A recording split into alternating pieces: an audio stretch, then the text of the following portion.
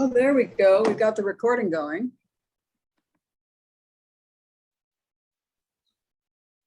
Just say got it. Oh, got it. Okay, I consent.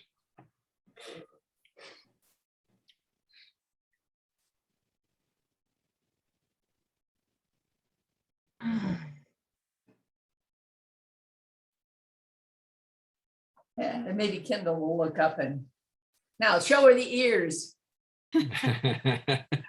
Everybody. Hey, you know, we don't want to do this now. It's being recorded.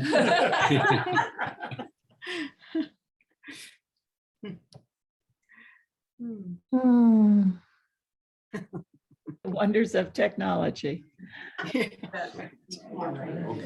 Now can you hear? Yes. Now we can hear, and we'll mute ourselves. There we go. Thank you for good. Okay. Thank you, Melissa, for the thumbs up. Okay, we'll talk loud too. We're still getting used to our new technology here. And I'll just we're yell at you for an hour. Now we can hear. glad you all joining us on Zoom and in person. And we are really pleased today to have Kendall with us. And I'll introduce Kendall in a minute. She's going to talk about gender identity and her wife and Kendall's wife, Diane, too. So we are so pleased both of them could join us today. And this is a kind of a new topic for many of us, as you know, and we are glad that they are both here to explain to us today about this. We've had Kendall last year in our class, and she talked all about pastoral care and some of the challenges with that. So we are glad this year that she came back. that Kendall came back. You're doing great. And I'm working on it and talking to us about gender identity. So a few announcements first. Folks on Zoom, please mute yourself in the lower left corner of your screen so we can keep the background noise down. Thank you. And we are recording this for future playback on YouTube. I already had a few requests of people who couldn't be here that want very much to see this afterwards. So we always try and do that. Christmas party. And we're having a class Christmas party on December 12th. I think it's the following weekend. It's not even Halloween yet. How dare you? Okay, I think And it's like we'll- the 15th or 16th. okay, we'll send out our email again about that. And we are wanting to welcome anybody that wants to come to that. And we're glad to have that this year. Let's see, any other announcements? I want to thank Ron for running the class last week. I was on a little vacation in Hawaii with my wife, Vicki. Yes, and so we just got back and it was nice to watch that on our video. And thanks to Ron for doing that. It was a great discussion and book review last week. And so any other announcements and things going on in church or coming up? Trunk or Lots treat going is on. tonight. Trunk or treat, okay. Come on out. And if you know kids, Lauren announced this yesterday at Evensong. She said, if you got kids in your neighborhood, invite them. But I said, don't make it weird. Like, don't say, do you want to get some candy from my trunk? Don't make it weird. Send us well. Be appropriate in your inviting of small children to receive candy from the church. But it is tonight. Yes. I'm here all afternoon. Does everyone like the new format for the Go St. Andrew? She said, is there, for the Go St. Andrew what? Website on Friday? Does everybody like the format for the Go St. Andrew on Friday? I'm not I sure. couldn't sign in. Oh, well, I couldn't sign up. I didn't have to sign in. It comes across and, Okay, but I'm not pleased with it. Okay. Because I can't find anything. okay, Or I couldn't. Maybe I know okay. A new format for the Friday email, e-news. Yes. Okay. We As will the staff see about representative, that. hide under the table. Change is always hard. Feedback. Change is always hard. Okay. The feedback. Okay, so let me go ahead and introduce Kendall so we have plenty of time to Wait, Steve, talk about this. someone's got to pray. Go right Melanie. What? Do a little. Someone's gotta pray. Someone's got to pray. I won't do that. Would you like to do I make that? all my CCA. Would you like to open us with a quick prayer? Wow. I see how that backfired. Yes, that's right. You've been volunteered. Sure. Sure, thank you. All these Christians. Let's pray. Loving God, may your spirit be present in our conversation and our dialogue today. May we see you in new ways, in new perspectives, and just invite us to move in the world as Christians, as faithful as we can to what the call to discipleship is in an ever-changing world. Amen. Amen. Okay. Well, most of us probably know Kendall, and so just a brief biography introduction of Kendall. Kendall is our pastor of congregational care, and thank you, and a hospital chaplain also. Which hospital are you at? St. Joe's downtown. St. Joe's, okay. And there you minister to not only people from St. Andrew, but anybody that's there, right? Yeah. And you do Yep. all kinds of I things. So, do at least one, sometimes two 12-hour shifts overnight there. So I get there at 6 p.m. in the evening and there until 6 a.m. and got a sleep room, and it is not as fancy as the TV shows. But it works. Good. And that ranges from, it's the whole hospital. So ICUs, NICU, mother and infant, random surgeries, psychiatric crises, all the whole gamut. great, okay. And Kendall and Diane are from California originally and came here. And how long have you been married? 4 years. We got married twice. Yes, we did. So I don't really know. 4 years Okay. married, but together Okay. for 10. Yep, kind of on Okay. 10. Kendall was just a babe when we met. It's true. There's a little bit of an age gap. So, Yeah, we went through seminary together, and that is hard to be a partner to somebody in seminary. It's like therapy for them for 3 years. and then they come home and they're like, Did you know? Tell me all things theological, please. And Diane, tell us for a minute what you do also. I teach high school English. I've been at the alternative ed school in Inglewood for 2 years, and I love it. And I've been teaching for 11. And I also have a administration, like a educational leadership credential. So at some point I will be moving into And school master's. leadership. Yeah. So I love being a teacher. Okay. They still make you read David Copperfield. No, I get to choose. So Okay. it's an alternative ed is like a lot more freedom, I feel. and there's actually, speaking to the sermon a little bit, there's lots of like, alternative ed has lots of kids who are dealing with substance use or behavioral health crises in some way, or long-term illnesses that have led them to just get behind in the regular, the typical form of schooling, or your autistic kids. Love them. They're so honest. It's great. You never have to guess. Yes. So Okay. And Kendall has been very open and honest about her journey in identifying as non-binary and explaining to all of us on social media about gender identity and your relationship. And so it's been a learning experience for those of us who are friends with Kendall on Facebook and never in know the what'll church pop too. up. Yeah, and so I thought it was a good time as we all got back together in church to have Kendall talk to us more about what it means to be non-binary and gender identity in general, and the whole pronoun issue that has come up. And in fact, just recently, Wall Street Journal did a story called Gender Pronouns. What is the issue in the situation now at work and in other places? And so this is a good time to do that. But I thought we would start off today by showing this 7-minute video that Kendall has recommended that really explains quickly and clearly what the gender identity issues are today in the world.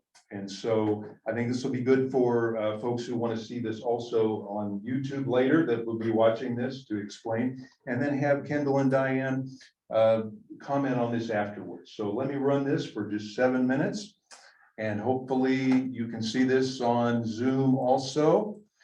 And so I need to hit share screen here and run this.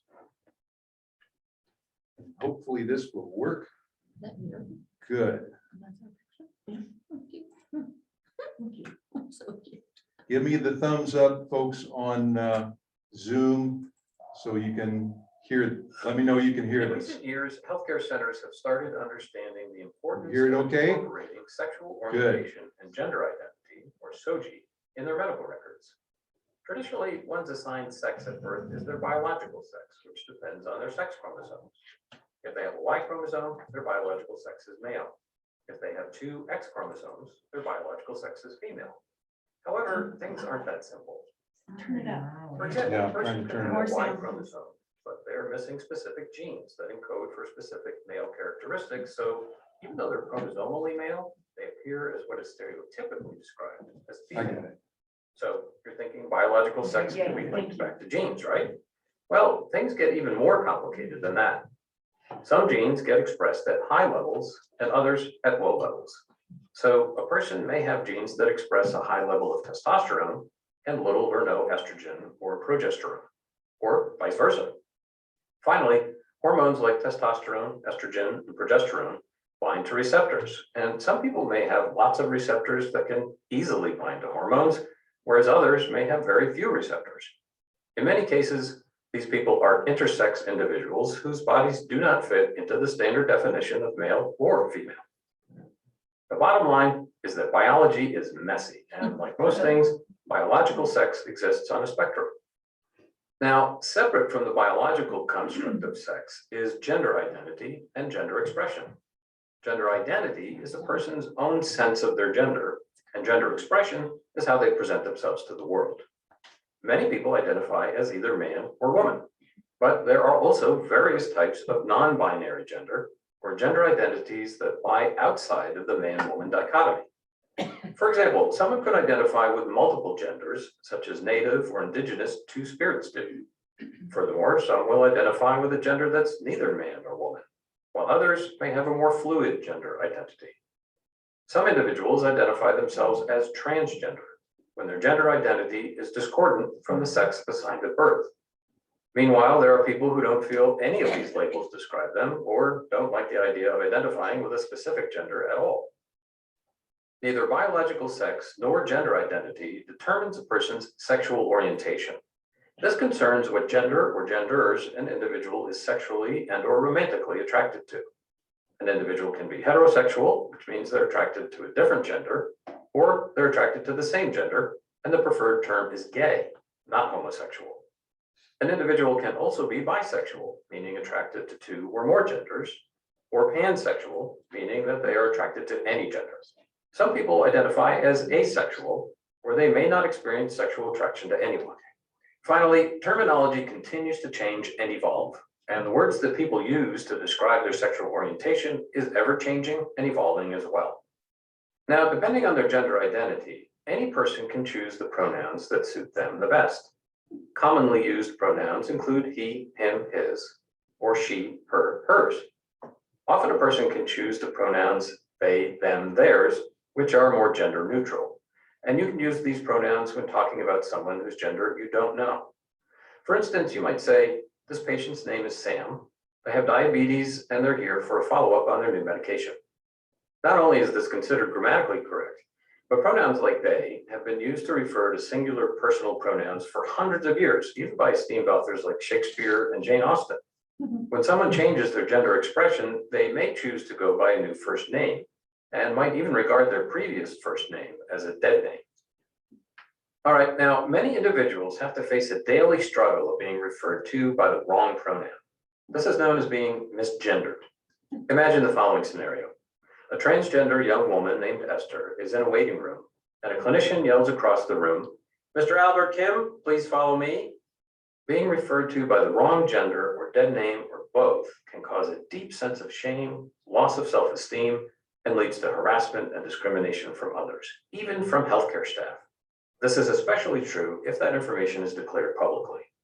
That young woman might not want to come back to the clinic and might even feel unsafe now that others are aware that she's transgender. In fact, based on the 2011 National Transgender Discrimination Survey, 28% of transgender patients postponed medical care due to discrimination. 19% are refused medical care altogether, and 28% experience verbal harassment by medical professionals. That's why in a healthcare setting, it's essential to collect SOGI data for a patient's assigned sex at birth, gender identity, and their pronouns without making assumptions based on their name, appearance, or behavior. Also make sure that these are documented in the electronic health record, or EHR, for other healthcare workers. Now, gathering SOGI data and referring to a person as they wish can take an additional 30 seconds or so, but this is time well spent. Simply saying, I want to address you the way you want to be addressed. Can you tell me your name and pronouns? Can make them and their families feel more comfortable and trust that they're getting the best care possible.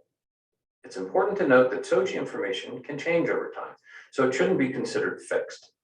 If you accidentally refer to a patient using the wrong pronoun or their dead name, it's important to apologize, correct the mistake, and go on using the right pronoun and their chosen name. Okay, now in a healthcare setting, sometimes administrators ask for a patient's assigned sex at birth for insurance or billing purposes, and that is often confirmed with an identity document such as a driver's license. Administrators can also ask for their gender identity and pronouns. However, sexual orientation is considered private or sensitive information and can only be asked by the clinician responsible for the patient and only if it's relevant to the patient's care. All right, as a quick recap, healthcare systems collect and report sexual orientation and gender identity data, or SOGI data, from their patients. Sexual orientation refers to whom you are sexually and/or romantically attracted, while gender identity is about how you identify yourself, and sex is about biology. It's also important to ask someone which pronouns to use when referring to them. Collecting this data is essential to show respect to patients and their families, but also to understand the differences individuals with a particular sex and gender identity can have.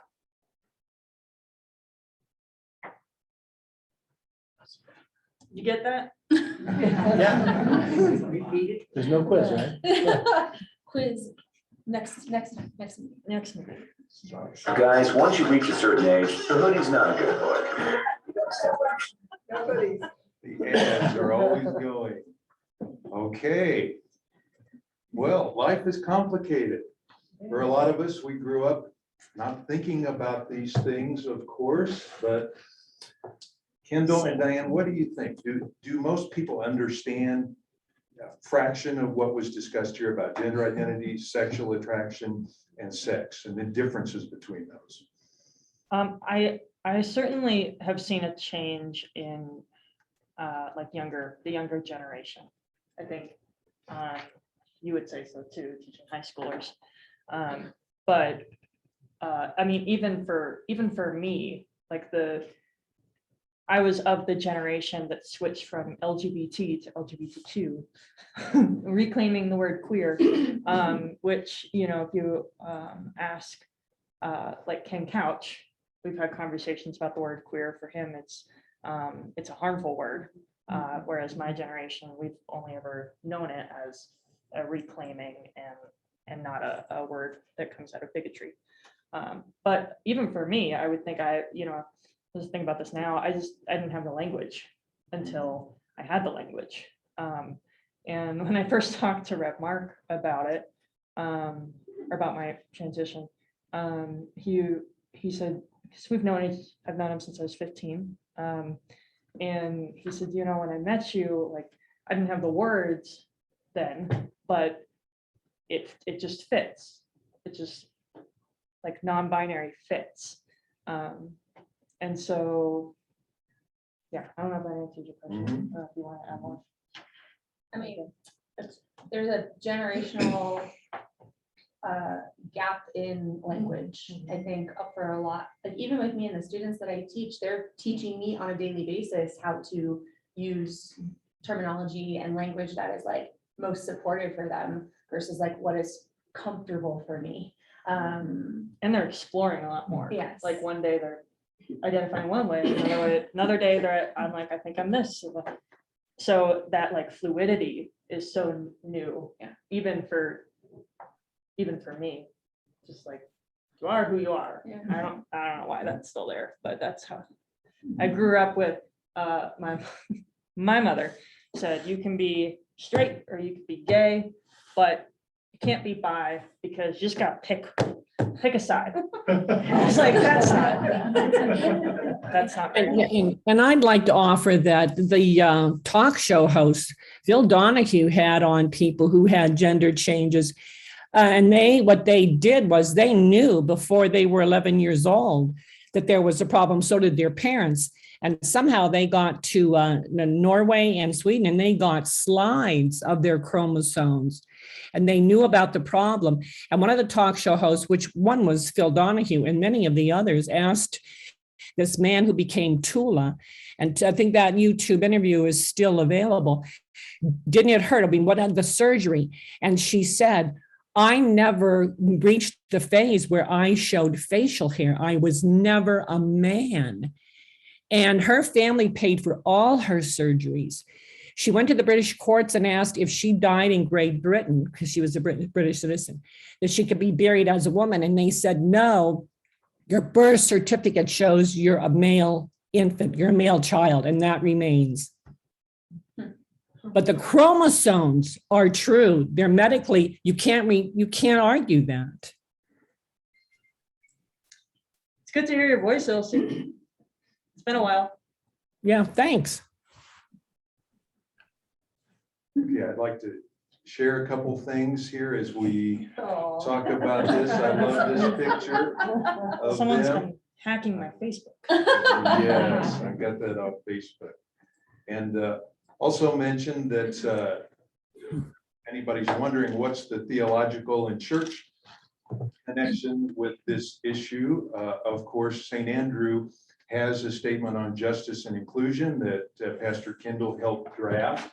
And it does say that St. Andrew affirms all people, people of color, women are created in the divine image and are inherently sacred, and they shall be fully included in the life, ministry, and practices of the church.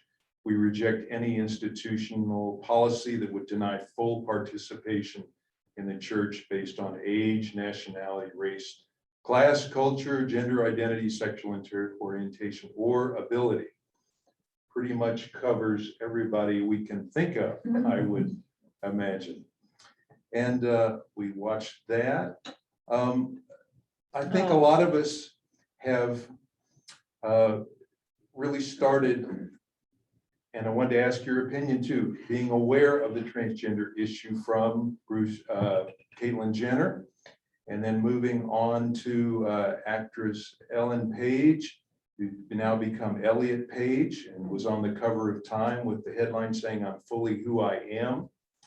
And then now we are learning about folks who are becoming non-binary and have identified as non-binary. This is singer Demi Lovato, and she says that she's announced that they, as her pronouns, are non-binary and using the pronouns they, them. She says, over the past year and a half, I've been doing healing and self-reflective work, and she's identified as non-binary.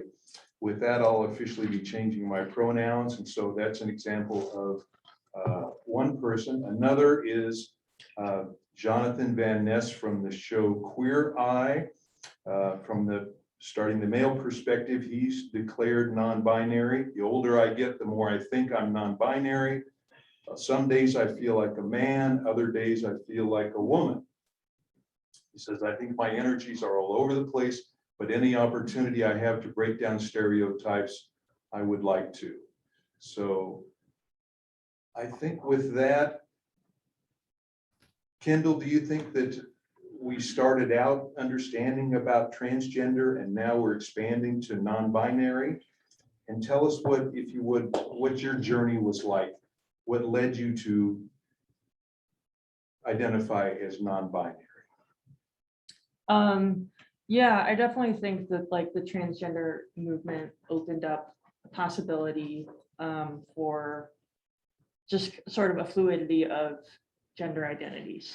I would say non-binary is more recent, or at least that phrasing. I don't think it's necessarily, more recent. You could probably, biblically, you could look to the eunuch. In the Hebrew Bible, there's actually, depending on which scholars you look at, they acknowledge about 6 to 8 different gender identities with Jewish names that we'll get Jerry in here next, and he can say them appropriately. That's because that's who Jerry is. But certainly, indigenous two-spirit, there's a Hijra in India, which would probably be characterized more as a non-binary identity. So it's just, I don't think it's new necessarily, but I think it's probably new for Western culture.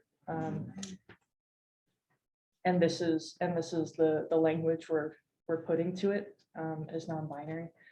What's interesting, what was interesting for me is I sort of came into my own acceptance and everything, is that, if you look at these different indigenous two-spirit or the Hijra or just these other cultures that have non-binary identities, they all kind of hold these roles that are they're set apart as some sort of spiritual leaders.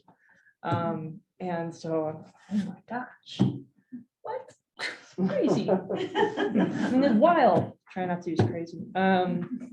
So that was like an interesting narrative to begin to see myself in terms of like a broader narrative around gender fluidity and identities.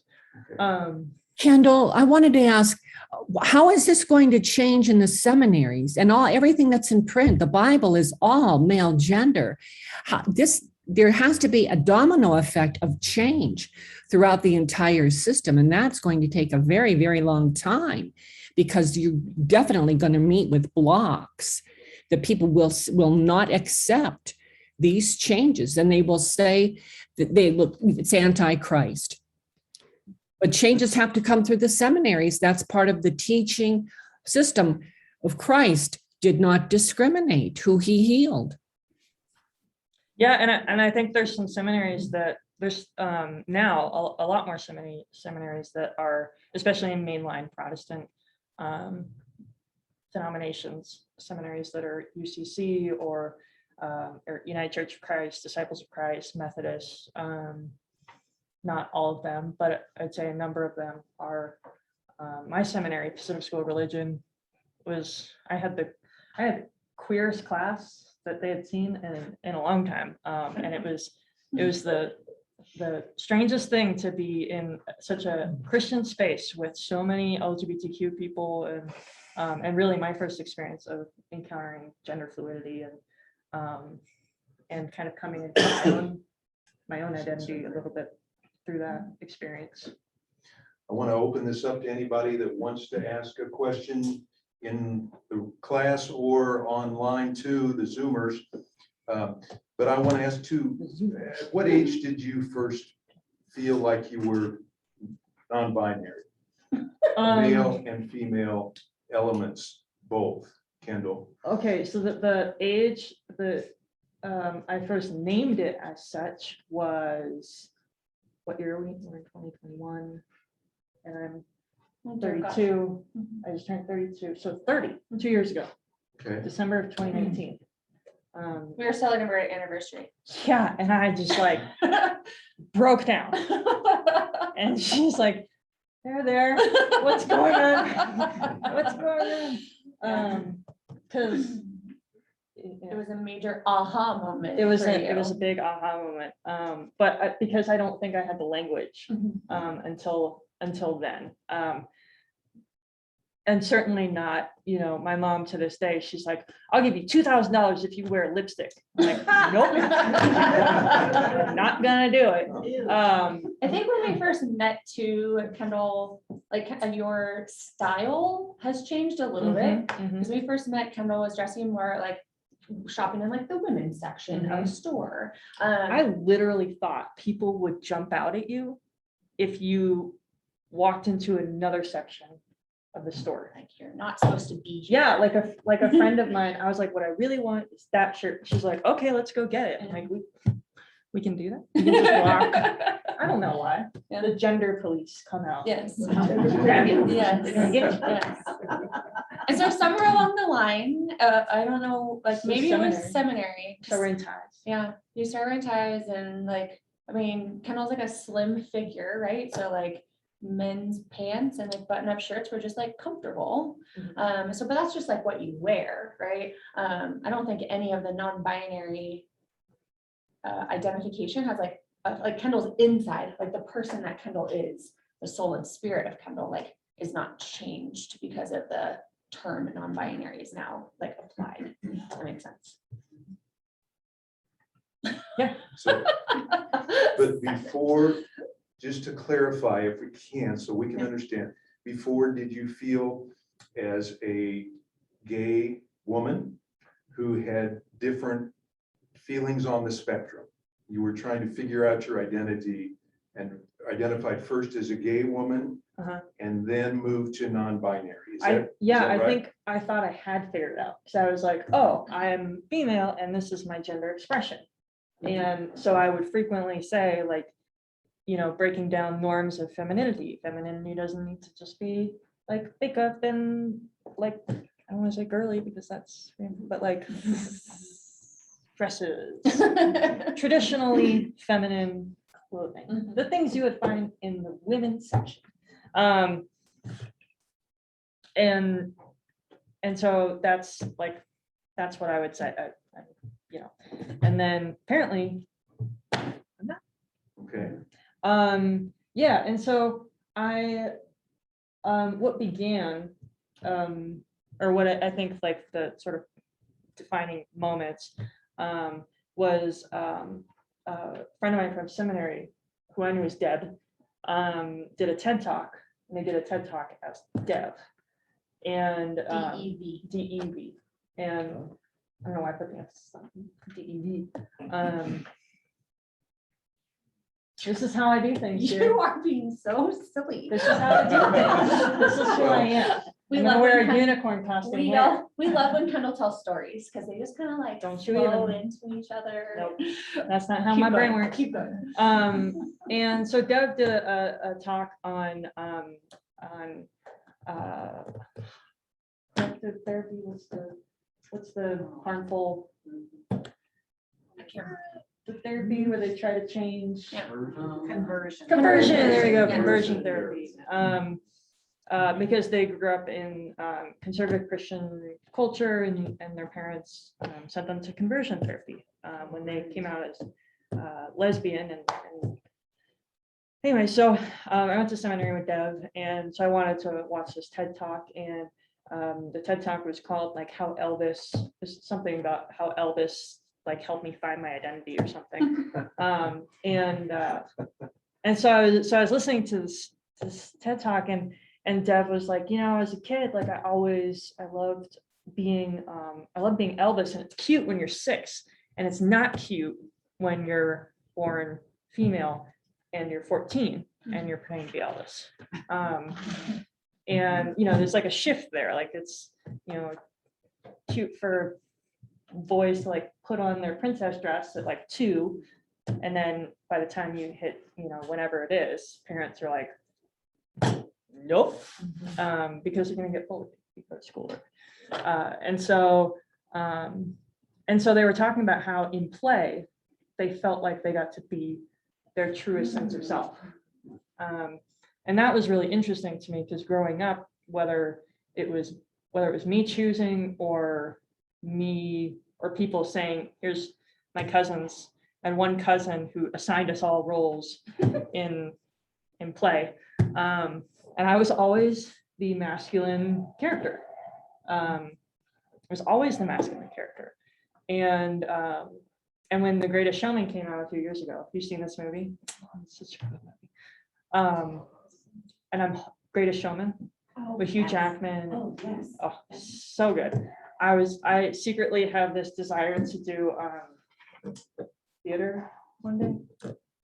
I mean, not like in any like major way, but just like do a community theater. And I was like, oh, I want to be the greatest showman one day. And so I was like, huh, like I would want to be the greatest showman. I wouldn't want to be like the bearded lady or whatever. She sings the most powerful song. in the I whole show. know. Although she's, you know, arguably could be, you know, a representation for non-binary. Yes. Anyway, and so that was interesting. So we went to a show that night, and I was sitting there, and it was like a like women empowerment kind of thing, and so there's all these varying women on stage, and I was thinking, you know, if I were on the stage, it was based on Clue. If I were in this would be fun to be in, but I want to be the butler, who's the guy, the only guy in the you know, masculine character, and it occurred to me, you know, women are sort of acculturated, whether it is society or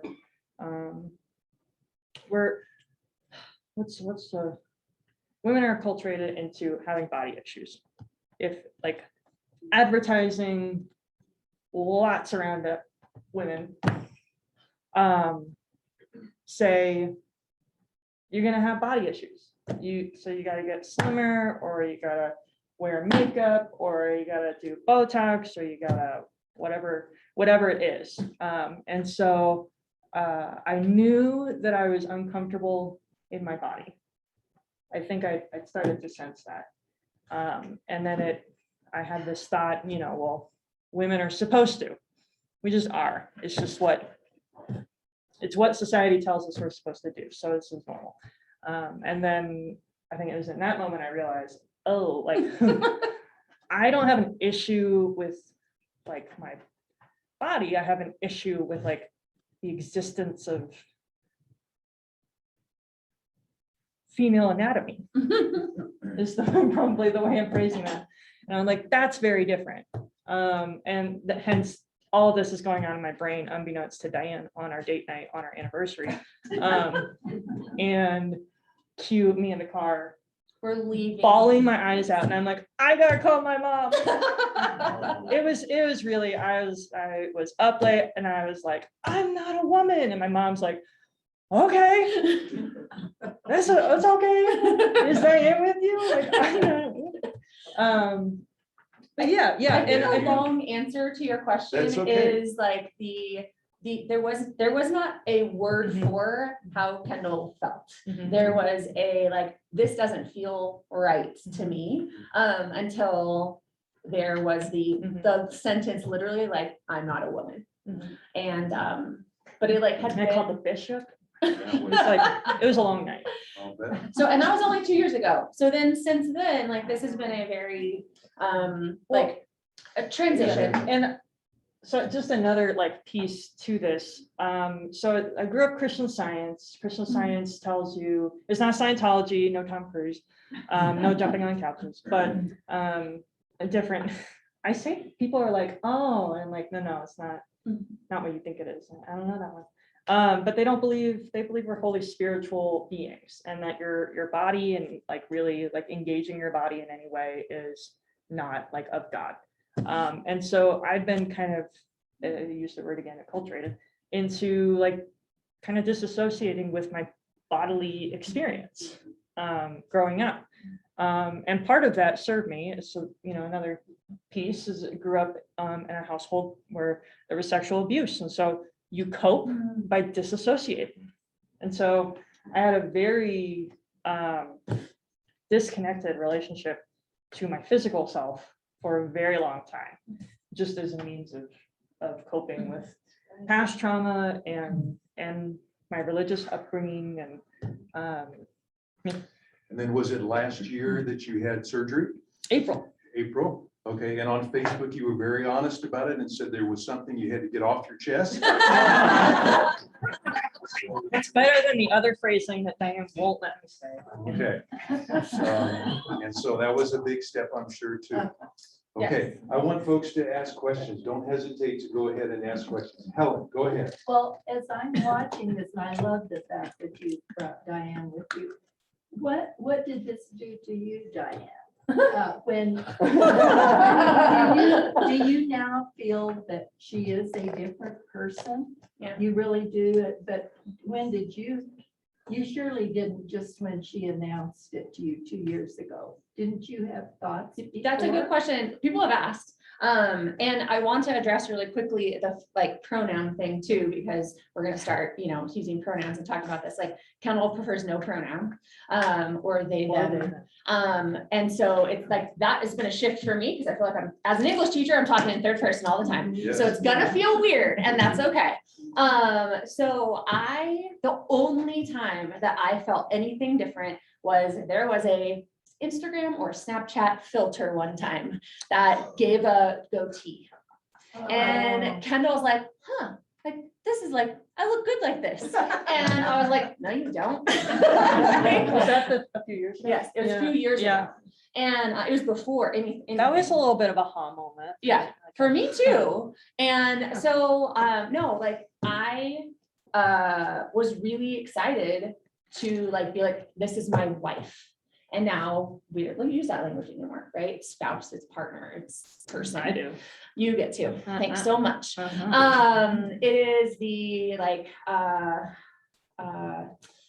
no, I think for me too, I would not identify as a lesbian. And so the fact that I'm like married to a person who doesn't identify as female is different than if I was identified as a lesbian and then Kendall was no longer identified as a woman. Does that make sense? I don't, that's kind of, that is like a, So you did not have to unidentify what you were. I know because I don't identify as a lesbian. So I identify as like queer probably. And I like love a person and I've always loved a person. For as long as I can remember, it's been a person.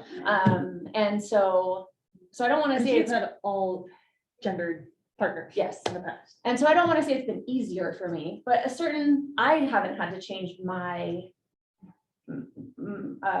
identification. I don't know if that's the right word, with around that, if that makes sense. Because I know that there are some people who have like been in queer relationships where their person like transitions or goes by a different pronoun, and then their identification as like a queer person is now in like a straight hetero relationship. And that is, it is hard. I would imagine it is also straight people. It's hard because there's so many words and terms, and is it orientation? Is it identity? Is it biological? Like it is so confusing to get everything straight. So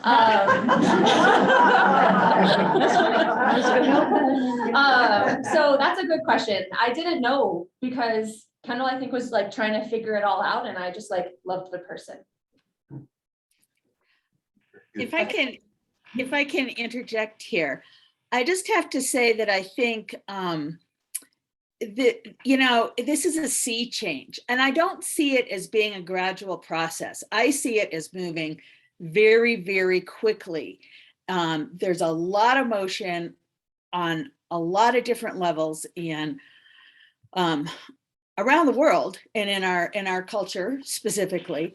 And I've watched it in my own sons, and they're early 20s. One is 21 and one is 24. And my youngest has taken a lot of gender and a lot of gender studies classes, and that's going to be his minor. But he's like, I'm not gay, mom. No, I'm not straight, mom. And he like just eschews all labels. He just doesn't want to be labeled. He doesn't want to be stuck in something. And to me, that is so freeing. And it's a lovely thing, because in the end, for most things in a person's life, their gender is irrelevant. It's, like saying he was a blonde stockbroker. I mean, it's just irrelevant what their gender is. And my oldest son dated a person who was non-binary, and they just they didn't feel like a man and they didn't feel like a woman, but they were in a great relationship. You know, they're young, so they broke up after a while, but you know, it's so awkward initially trying to figure out the pronouns and stuff, but in the end, well, the more you use it, the more comfortable you are with, you know, not being grammatical or whatever, because our language is living and it changes with our culture.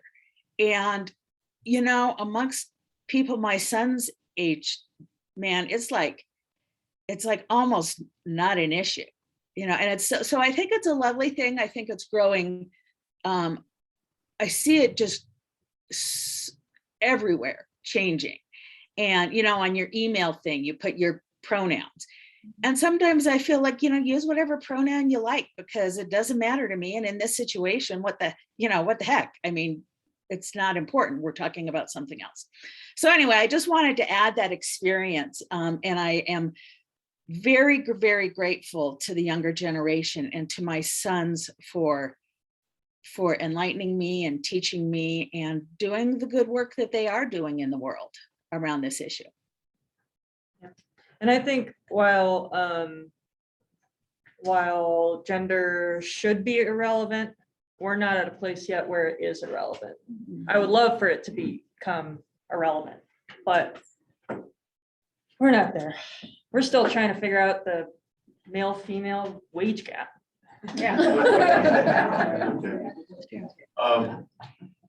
We know the testosterone level of a 17-year-old male is way, way higher than the testosterone level of somebody like me that's age 70. And likewise, our testosterone to estrogen ratio, not only the ratios, but the absolute levels are going to vary throughout our lives. Does the medical community expect the needle on your sexual identity and preference and whatever to move as those testosterone and estrogen levels go up and down and the ratios go up and down? Huh, that's a good question. I'm not doing any hormones or plan to, so that piece of things is a little bit unfamiliar to me. I do have a friend who is a man, and he had to play around with his doctor in terms of the testosterone, the drug, what's the drug? Anyway, the pills that he was taking or the shots he was taking in order to navigate that, because he was bouncing off the walls a little bit. I need to bring that down. But yeah, I'm less familiar about the hormone. I think what he's asking is, as you age, and your hormones are going to change, is that going to come into play in who you feel you are?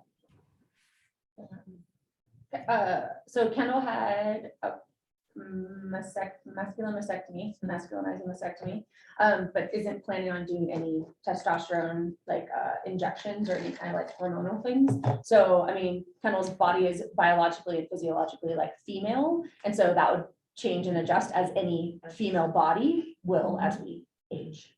Like all of our bodies are aging. Yes. Right. Yeah. And all of our hormone levels are fluctuating. Yes. It's 11:20. We've got about 10 minutes. Good. That's a good point. Joey, go ahead. I can handle about 4 letters of the alphabet. And it gets to 6 or 7, no way. Are we going to come up with a word that's easy to remember and to say? You talk about the LGBTQ plus. Yeah, what do you both feel about all those letters and people understanding and using that concept? Yeah, Excuse me, but how is the medical insurance industry going to handle this? Because it's not going to go away. It's going to explode. Go ahead, Kendall. Yep, they are lots of not lots, but no, Kaiser at least, because that's what I have, covers gender affirming care and surgery, and there's a number of insurance companies that are that are doing that. With the Biden administration, that reversed reversed the Trump era public health change where you could discriminate based on gender identity or perceived sexual orientation or some weird thing, which became really dangerous because the law, the way it was, the public health order, the way it was written in such a way that if we were in Mississippi and I got hit by a car and we go into an ER situation, that ER doc looking at us could perceive us as a lesbian couple, looking at my body, and decide based on religious beliefs not to treat us. So it wasn't limited to gender affirming care, it was limited to care in general. And so that's shifted with the Biden administration so that you can't claim religious belief to fix a broken leg. My feelings on that. Well, because, I mean, truthfully, there's, you got to keep on top of these things so we know where we can travel and have protections when we go places. So back to your question, the term that I am a big fan of whatever like label, whatever, if you're lesbian, gay, like whatever feels empowering for somebody, they should totally do. I think for me, I just stick with I'm queer because that covers the gamut of gender identity and sexual orientation. And it just leads to a larger conversation with folks. Excuse me, Kendall, this isn't an individual problem. This is a national topic that has to be addressed and thought through very carefully, because then it's going to be state to state. Who has human rights? Who is considered human? Who gets medical coverage and who doesn't? It's going to be a discriminatory mentality making decisions unless there's a unified law of compliance for everyone so that everyone is treated equally. There's the equality issue. Yeah. That's the bottom line. That's where we began with the Biden administration. And just kind of Elsie, just noting some other folks in the room that want to ask some questions. So I don't know if you could see them all, but just want to give opportunity for other folks. Right, we've got about 5 more minutes. Betty, go ahead. No, I had no questions. Okay. Since you already asked, let's go ahead and let her. Kendall, I was wondering, I noticed when you sign your name, it says RevX and then your name. What is that X? What is that about? Yeah, so it's a new trend I'm studying. Well, I don't know if it's a new trend. It's just a thing. A new trend that you are starting. Well, no, it's not the X, the RevX. Keep going. Anyway, so the X has kind of more recently been used to signify non-gender. Yeah, yeah, so like Latin X. People will say folks with an X. With an X. And it's kind of like it's a cue to folks. Yes. Really, when, especially in a church, I know exactly what LGBTQ people do when they are looking at a church website in order to figure out whether or not it's going to be a safe place. And so that having that there is one indication, not only to represent myself as you'll see like on driver IDs, driver license IDs, they start to give an option now in some states for an X if you don't identify as male or female. And so it's just kind of going along with that. That's a good question.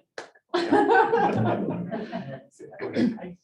what age did you know that you were queer?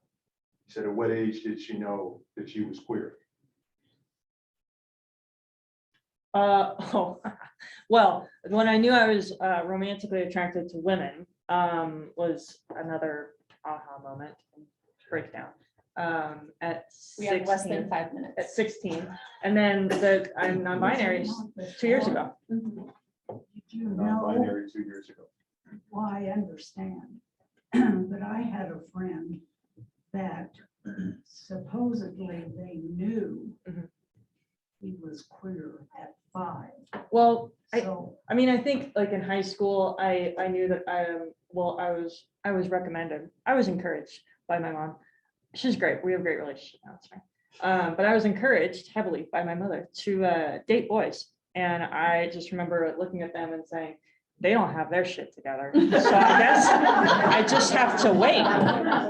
Because I wasn't romantically interested in them, but I thought it was just like, I'm like, because I was like, you're supposed to date to get married. I'm like, I'm not marrying any of these guys. They gotta figure out some stuff before I'm interested. We've Turns only out. got a couple minutes left. Let's go quick. Alice. curious, are you guys thinking about having kids?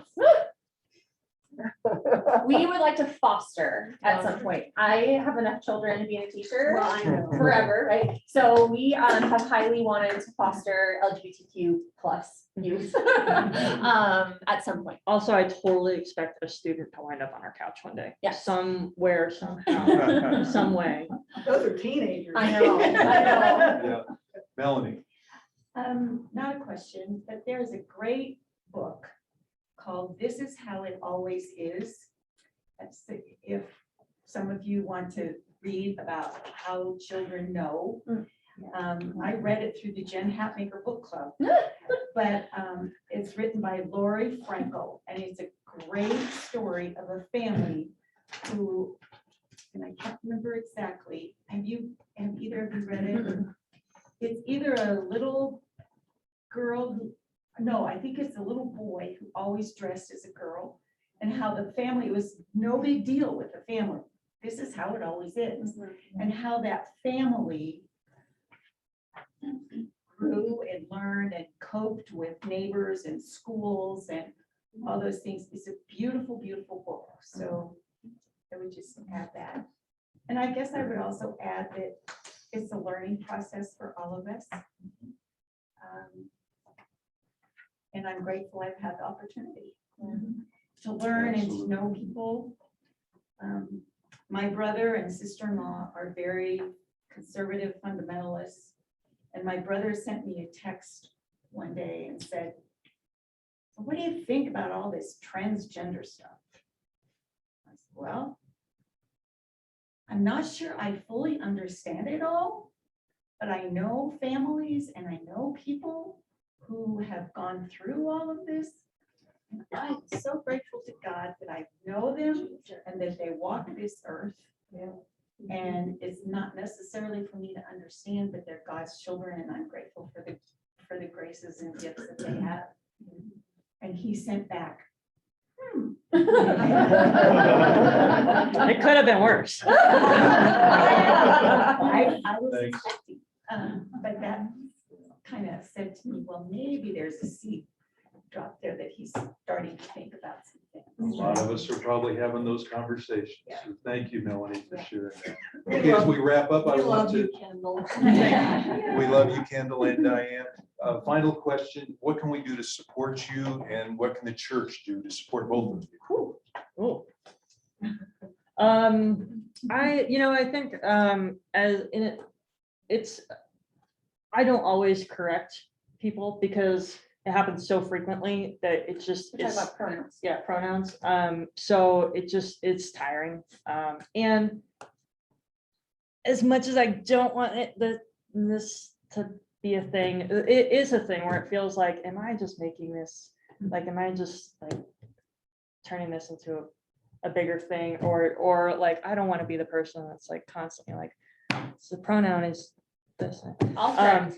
She will. I'll day correct long. people, no problem. Like, All day long. like, But I think it's being respectful when you use a person's name or use their pronouns. And like, it takes time to adjust. And like Kendall has a lot of grace and compassion, but there gets to be this point where it's like, are you listening? Like, do you hear me? Do you see me? Like, this is what I'm telling you. And I get a little bit more fired up. Kendall has a lot more compassion and grace around that kind of stuff than I do. and she's had a Benson coffee. So I have it. but yeah, so I think like the because executive team asked me the same thing, and I think if you're in conversation with folks and say, well, actually, like if they use a the wrong pronoun and say, well, actually, like Kendall identifies as non-binary, so we use no pronouns or they, them, like just helping, so it's not me doing the educating.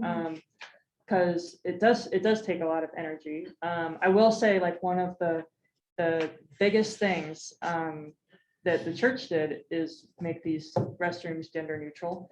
Restrooms are kind of the most terrifying places for me on earth, which my ID actually still says has female, even though I can change it.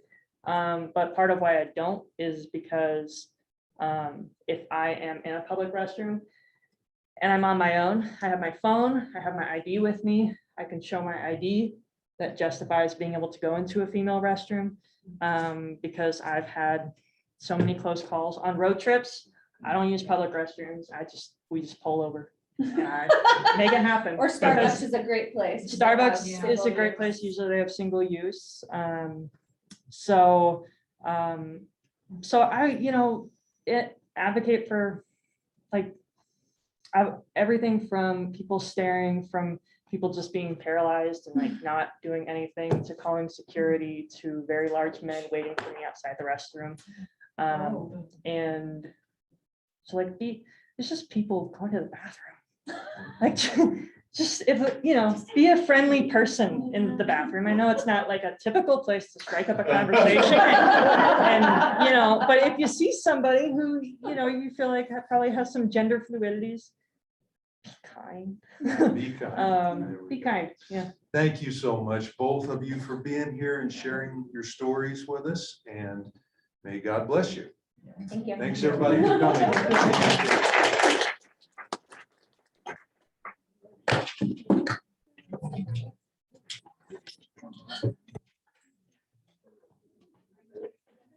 I love you so much. I'm a goofball. That's why you married me. Yes. Oh,